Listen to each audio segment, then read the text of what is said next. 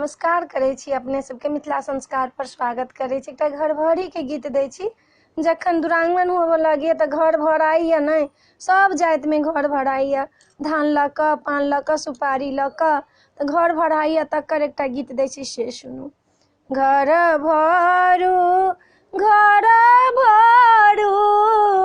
बेटी जामैया हे, घर भरी भेलनी भरी दिया सासुर के घर, हे घर भरी भेलनी पटिया छाए सासु धान पान देलखिन, हे घर भरी भेलनी भरी लिया सासुर के घर, हे घर भरी भेलनी।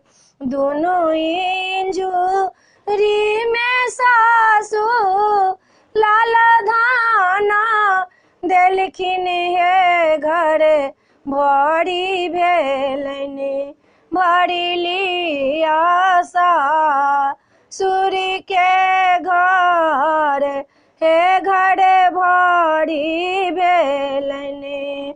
सासुर के घर भरी अपन घर भरबैया, घर भरी भेलनी चली भेली बेटी जामाए, हे घर भरी भेलनी भनहि विद्यापति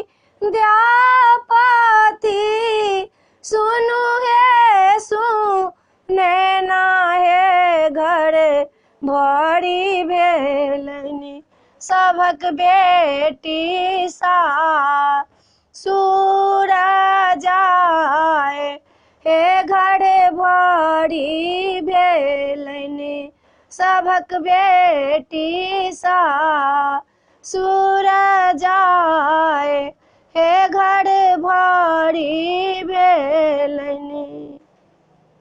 घर भरी के गीत छला।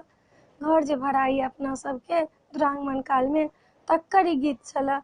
अपने सबके नीक लागत तो चैनल के सब्सक्राइब करऽ नहीं बिसरबै। जरूर सब्सक्राइब करबै, जरूर लाइक करबै। जय मिथिला, जय माता जी।